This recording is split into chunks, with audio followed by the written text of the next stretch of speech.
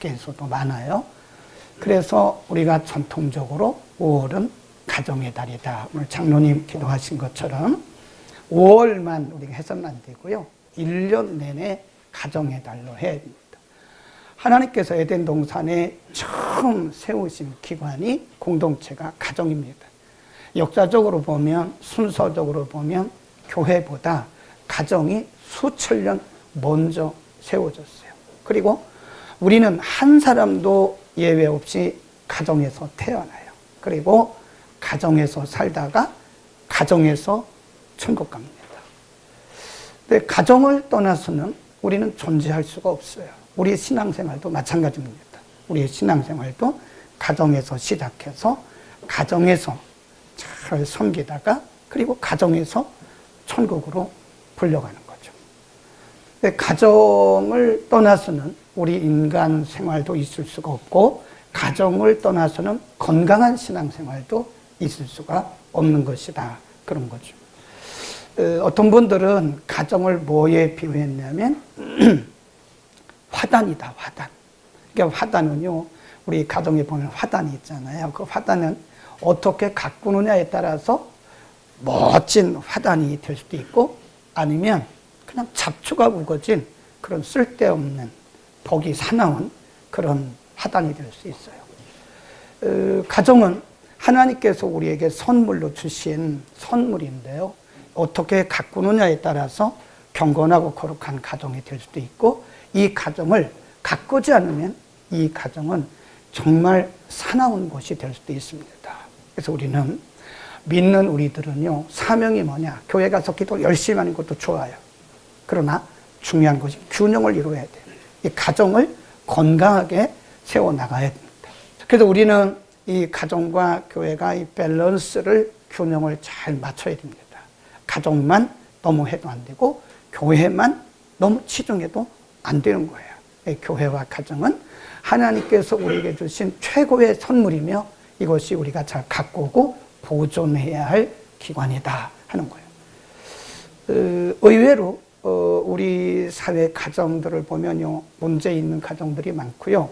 대부분 문제 있는 사람들은 가정으로부터 그 문제가 시작이 된다고 많은 상담가들이 얘기를 합니다. 그것은 그냥 한 얘기가 아니라 어떤 데이터에 의해서 만들어내는 하나의 과학적 근거다. 그 얘기를 하고 있어요.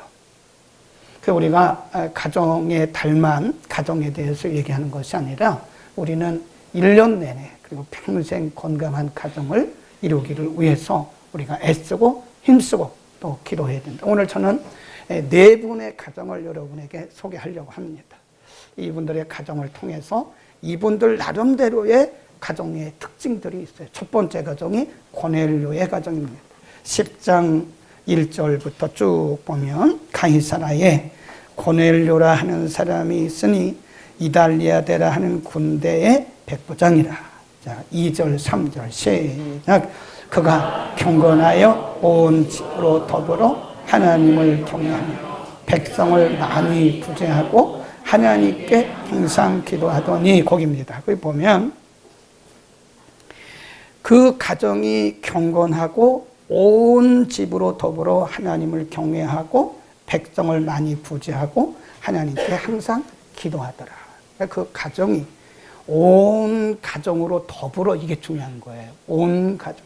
고넬료가 가장이거든요.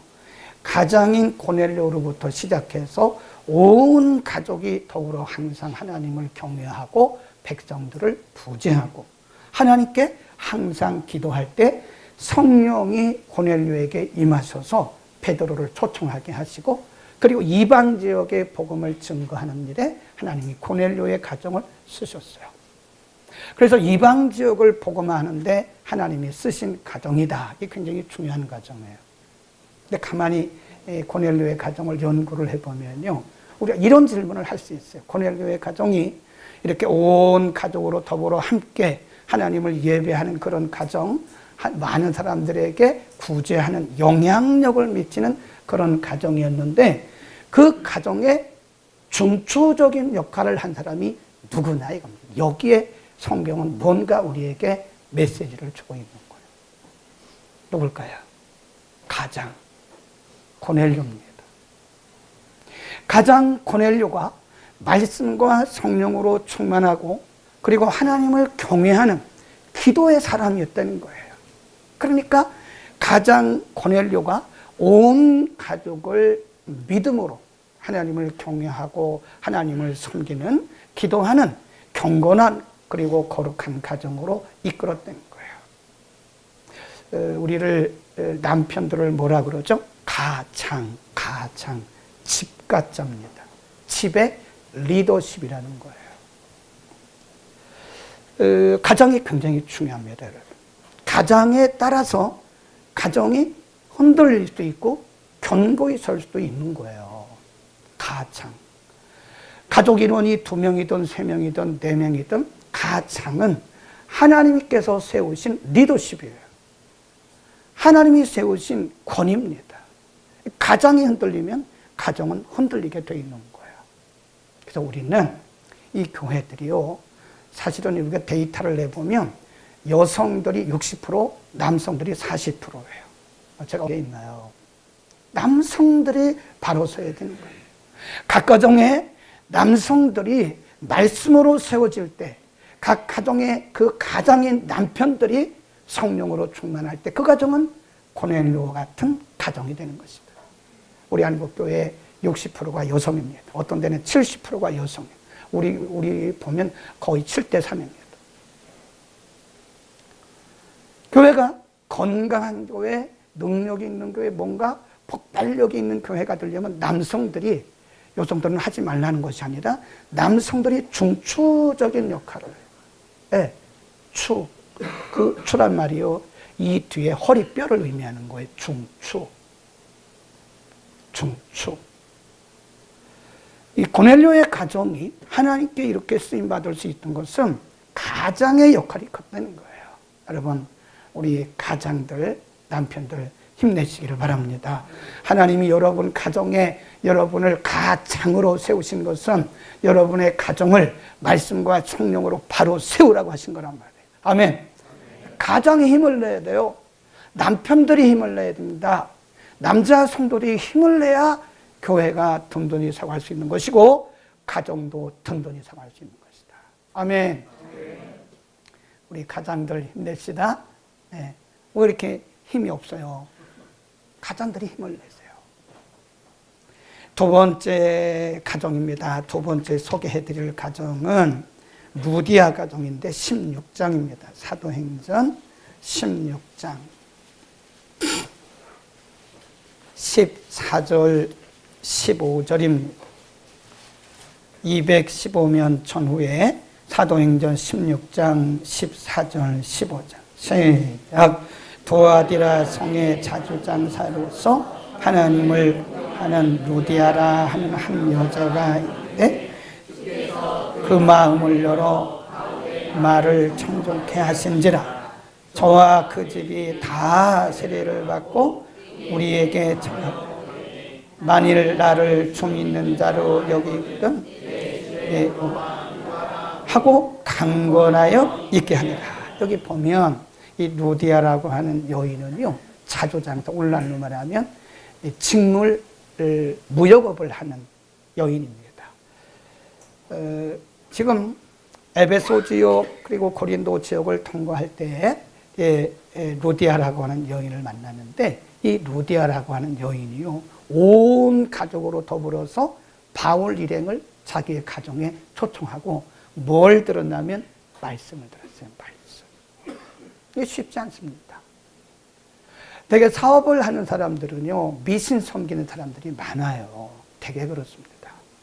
왜냐하면 뭔가 의지를 해야 되는데 온전한 하나님에 대한 믿음이 없을 때는요, 뭔가를 잡으려고 그래요. 그래서 사업을 하는 사람들 중에 미신 섬기는 사람들이 굉장히 많습니다. 그 이유는 뭔가를 잡으려고, 의지하려고 그러는 거예요. 하나님을 의지해야 되는데 무지하니까 자꾸 뭔가를 의지하려고 하는 그 미신적인 마음을 갖고 있어요. 근데 루디아는 온 가족으로 더불어서 그의 가정에 하나님의 말씀을 모셔드리는 거예요. 바울 일행을 초청해서 하나님의 말씀을 받고 온 가족이 다 같이 세례를 받고 믿는 주의 제자가 되었다 그랬습니다. 말씀. 하나님의 말씀이 기준이 되는 가정, 하나님의 말씀을 모셔드린 가정, 그 가정이 바로 루디아의 가정이고요. 나중에 에베소 교회의 시초가 되기도 했어요. 가정의 기준은 어떤 사람의 이론이 아닙니다. 가정의 기준은 하나님의 말씀입니다. 그래서 항상 하나님의 말씀을 가정에 모셔드리고 말씀이 뭐라고 말씀이 있는가를 늘 우리가 살펴야 돼요. 옛날에 아주 오래전에 우리가 염청동에 와가지고 이 건물 들어오기 전에 오래전이겠죠. 굉장히 오래전이겠죠. 그때 이제 지하 2층에 이렇게 조그만 교회 하나 있었고 지하에 우리 사택이 있었어요. 근데 그때도 외국인들이 뭐 많이 왔다 갔다 했죠. 근데 그때 영국 부부가 한국에 왔는데 뭐 호텔에 갈 수도 있죠. 그런데 우리 집에 같이 머물겠다 그래서 지하방에 같이 있었어요. 우리는 이쪽에 있고 그 영국 부부가 저쪽에 있어요. 우리 이제 새벽 예배 끝나고 이렇게 문 열고 이제 들어가면 저쪽에 불이 켜 있는 게 보이잖아요. 근데 도란도란 뭔 얘기를 하는 거예요. 둘이서. 그래서 제가 살짝 엿들었어요. 그랬더니 두 분이 큐티를 하더라고요. 큐티. 부부가. 말씀을 읽고 그 말씀을 나누는 거예요. 하루를 시작하기 전에, 하루의 일과를 시작하기 전에 그 부부가요, 지금은 영국이 거의 무슬림화 됐습니다. 아주 그 개혁적이고 복음주의적인 신앙이 지금은 거의 빛이 발해가지고, 근데 그때만 해도 30몇 년 전이니까 그때만 해도 영국이 말씀 가운데 있던 그런 나라였거든요. 그 부부를 보면서 저거다. 하나님의 말씀이 있는 가정이구나. 하나님의 말씀을 모신 가정이구나. 라고 하는 그 생각이 그때 그 영국 부부를 보면서 저거다는 생각이 들었습니다. 우리 한 군데 시편만 찾아보겠습니다. 시편 128편입니다. 다시 우리가 사도행전으로 와야 되니까요. 간지를 껴놓고 시편 128편입니다. 1절부터 읽습니다. 1절부터 3절까지 시작. 여호와를 경외하며 그 도에 행하는 자마다 복이 있도다. 내가 내 손이 수고한 대로 먹을 것이라. 내가 복되고 형통하리로다. 내 침대실에 있는 내 아내는 결실한 포도나무 같으며 내 상에 둘린 자식은 어린 감람나무 같으리로다. 1절에 이 가정에 대해서 지금 말씀하고 있는 거예요. 가정. 경건한 가정에 대해서 말씀하면서 1절에 뭐라고 했냐면 여호와를 경외하며 그 도란 말은 말씀이에요. 말씀. 그러니까 그 가정의 기준이 되는 것은 말씀입니다. 항상 말씀을 펴놓고 하나님께서 무엇을 원하시는가를 우리가 상고해야 되는 거예요. 그리고 말씀이 아니면 가서는 안 되고 말씀이면 우리가 손해를 보더라도 그 말씀대로 살아야 됩니다. 저와 여러분의 가정에 하나님의 말씀을 모시고 말씀이 기준이 되기를 축원합니다. 그 다음에 세 번째로 소개할 가정이 회당장 그리스도의 가정 18장 8절입니다. 18장 8절에 주보에는 이 부분이 좀 빠졌어요. 18장 8절입니다. 시작. 또 회당장 그리스도가 온 집으로 더불어 주를 수다한 고린도 사람도 고 많이 받더라. 거기 보면 이 복음이 증거되는 과정에서 회당장 그리스도가 여기도 보면 온 집으로 더불어. 온 집으로 더불어. 아까 고넬료도 온 집으로 더불어. 루디아도 온 집으로 더불어. 그건 거예요.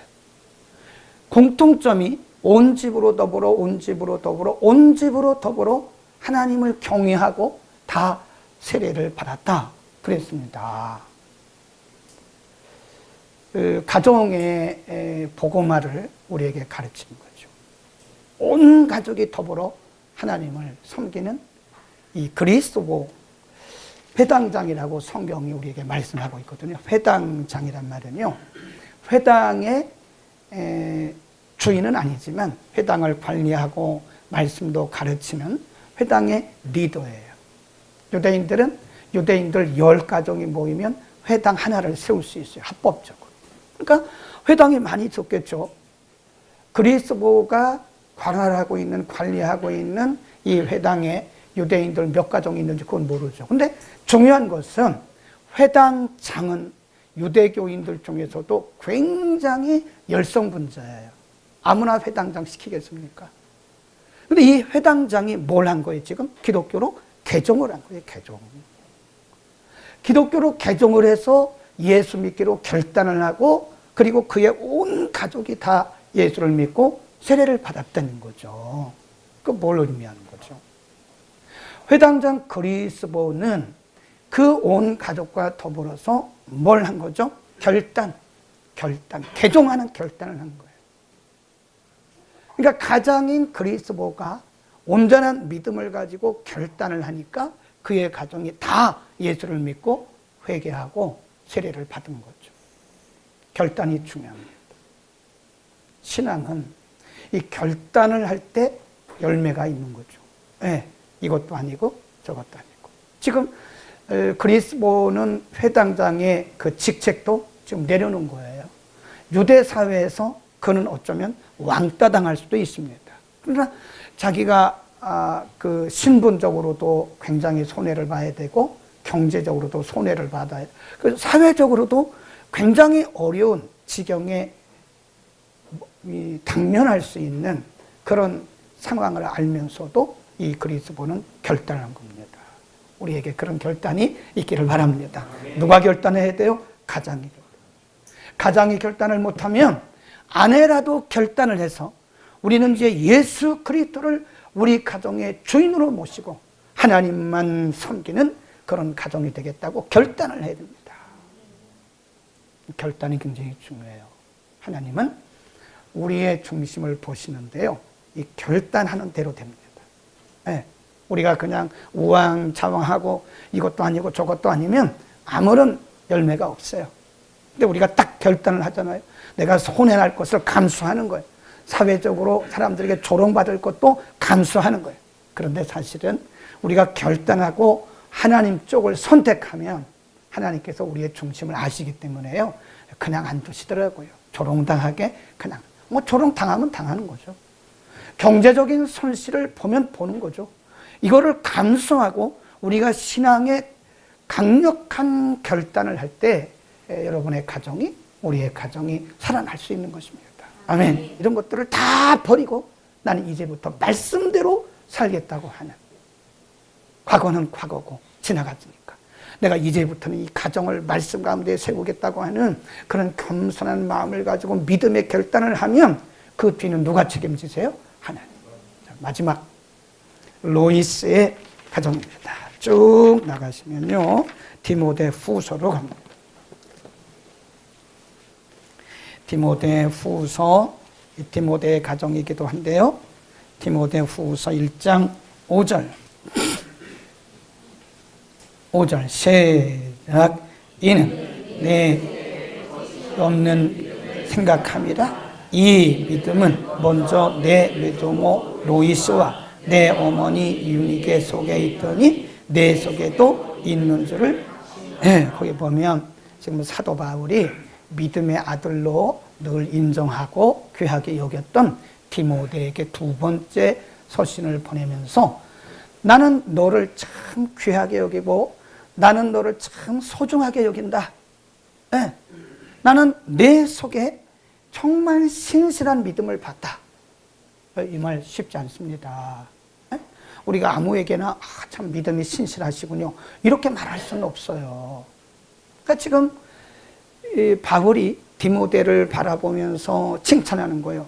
네 속에는 참 신실한 믿음이 있더라. 그런데 내가 가만히 보니까 그 믿음이 너의 외할머니 로이스, 그리고 너의 어머니 유니게, 그리고 내게 흘러왔다 라고 분명하게 말하고 있는 거예요. 너의 이 신실한 믿음은 너의 외할머니 로이스와 너의 어머니 윤희계를 통해서 너에게 왔구나 라고 칭찬을 하고 있는, 이걸 뭐라 그래요? 대를 이어가는 가정이다. 믿음의 대를 이어가는 가정. 저는 여러분에게 로이스의 가정을 추천하고 그리고 소개합니다. 이 디모데의 가정이에요. 디모데의 이런 믿음이 어디서 왔냐? 그 외할머니로부터 왔다는 거예요. 그러면 우리는 우리 자녀들에게 물질 유산 주려고 하지 마십시오. 물질 유산 줘야 우리의 자녀들이 그 물질을, 재산을 보존한다고 하는 아무런 보존형도 안 나요. 이 사회적인 문제가 굉장히 심각해요. 누가 이 나라의 정권을 잡든 이 문제를 해결할 수가 없어요. 누구도 해결할 수가 없습니다. 정말 큰 문제인데, 이거보다 더 심각한 문제가 이제는 인구가 점점 저하되는 거예요. 그리고 고령화 사회, 이 연세 드신 분만 늘어나고 중간 사회가 없어요. 우리 교회도 보면 이 중간 사회가 별로 없습니다. 예, 우리 교단에도 가보면요, 중간층 목회자가 없어요. 40대 목회자가 없습니다. 30대는 더 없습니다. 60대 넘으신 목회자들이 이렇게 가분수가 돼가지고요, 다 노인들만 앉아가지고 노인회 하고 있는 거예요. 총회가 노인회지 그게 총회가 아니더라니까요. 근데 이게 심각한 게 뭐냐면, 그런 사회적 문제를 우리가 안고 있는데 우리가 우리 자녀들에게 이 믿음의 대를 잇지 않으면요, 믿음의 대가 탁탁탁탁탁탁 끊어집니다. 끊어져요. 지금 디모데의 가정은 외할머니, 그 다음에 어머니, 그리고 자기에게 온 거잖아요. 그 믿음의 계보가 쭉 이어진 거 아닙니까? 그런데 제가 이렇게 봐도요, 믿음의 가문이 끊어지는 가정들이 지금 있다. 우리들 중에도 있어요. 믿음의 가문이 끊어지고 있어요, 지금. 우리의 자녀들이 어머니, 아버지의 믿음을 이어받아서 그 믿음을 100%는 아닐지라도 그 믿음을 이어가야 될 텐데, 이게 심각하다는 거예요. 인구가 줄은 것보다 더 중요한 것이요, 이제 교회가 텅텅 비어갑니다. 유년주일학교 우리 8명이라는데 오늘 2명 와서 10명인데 그것도 2명은 다른 교회 다니는 아이들이에요. 어쨌든 오늘 보니까 분위기가 틀려요. 2명이 더 오니까. 우리는 그나마 유년주일학교가 이남한에도 있어요. 예? 주일학교 교사님들 보시면요, 안아주세요. 저분들이 얼마나 수고하는지 몰라요. 예. 중고등부 없는 교회가 한둘이 아니라니까요. 중고등부가 없어요. 청년부는 아예 없고요. 심각한 믿음의 대가 지금 뚝뚝뚝뚝뚝 끊어져 가고 있는 이 시대에 우리는 각자 우리의 가정들을 봐야 된다고요. 우리의 가정은 지금 믿음의 계보가 이어지고 있는가? 아니면 내 대에서 믿음이 끊어지고 말 것인가? 심각해요. 그거 심각합니다, 여러분. 우리 사회가 저출산의 문제가 심각한 게 아니에요. 가정들마다 믿음의 계보들이 지금 뚝뚝뚝뚝 끊어지는 소리들이 일어나고 있어요. 그래서 우리는 이 부모들이 정말 내가 열심히 내는 것도 좋지만요, 내가 열심히 내되 우리 자녀들의 믿음을 반드시 확인해야 됩니다. 그렇지 않으면 여러분 다 천국 가고 나면 여러분의 가문에는 예수 믿는 사람이 없어져요. 우리가 성경의 역사를 보면요, 사사시대가 있습니다. 370년이거든요. 하나님 섬기다가 매 맞고 회개하고 하나님 고쳐주시면 또 섬기다가 떠나고 매 맞고 고쳐주시면 또 이것이 7번 돌아가요. 370년 동안 세븐 사이클스라고 해요. 370년 동안 그것이 7번 돌아갑니다. 이유가 뭔지 아세요? 이거 하나만 마치고 읽고 마치겠습니다. 사사기입니다. 심각한 문제입니다. 사사기 2장 6절부터 읽겠습니다. 사사기 2장 6절부터 362년 전후에 크게 함께 천천히 또박또박 읽습니다. 6절 시작. 전에 여호수아가 백성을 보내매 이스라엘 자손이 각기 그 기업으로 가서 땅을 차지하였고, 백성이 여호수아의 산날 동안과 여호수아 뒤에 생존한 장로들 중 여호와께서 이스라엘을 위하여 행하신 모든 큰 일을 본 자의 사는 날 동안에 여호와를 섬겼더라. 여호와의 종 눈의 아들 여호수아가 100세에 죽음에 무리가 그의 기업에 에브라임 산지 에 장사하였고 그 세대의 사람도 다 그 열조에게로 돌아가고 그 후에 일어난 다른 세대는 여호와를 알지 못하며 여호와께서 이스라엘을 위하여 행하신 일도 알지 못하더라. 거기 보면요, 여호수아와 그 세대 사람들 죽었어요. 그리고 다른 세대, 그 다른 세대는 여호와를 알지. 그 다른 세대가 누구예요? 다음 세대예요. 그 넥스트 제너레이션의 이 신앙의 뿌리가 이어지지 않는 거예요. 여러분, 우리 각자가 우리 가정을 돌아봐야 됩니다. 우리 자녀들의 신앙을 잘 보셔야 돼요. 네? 부모만 열심히 해서 되는 게 아니에요. 자녀들의 신앙을 우리는 다시 회복하도록 어떤 방법을 통해서든지 예배가 회복되게 해야 되고, 여러분의 그 믿음을, 여러분의 부모로부터 물려받은 그 믿음을 여러분 자녀들에게 물려주고 대가 끊어지지 않도록 분명히 하세요. 지금 가정들마다 대가 아주 희미하게 지금 흔들리고 있어요. 자녀들을 잘 보세요. 자나깨나 자녀 조심. 네, 자녀들이 예배 잘 드리는 거. 애들이 학교 안 가는 것은 부모들이 막, 학원 안 가는 것도 뭐라 합니다. 교회 안 가는 것을 혼내는 부모는 별로 없어요.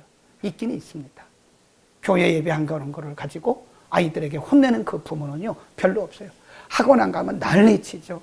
학교 안 가면 난리치죠.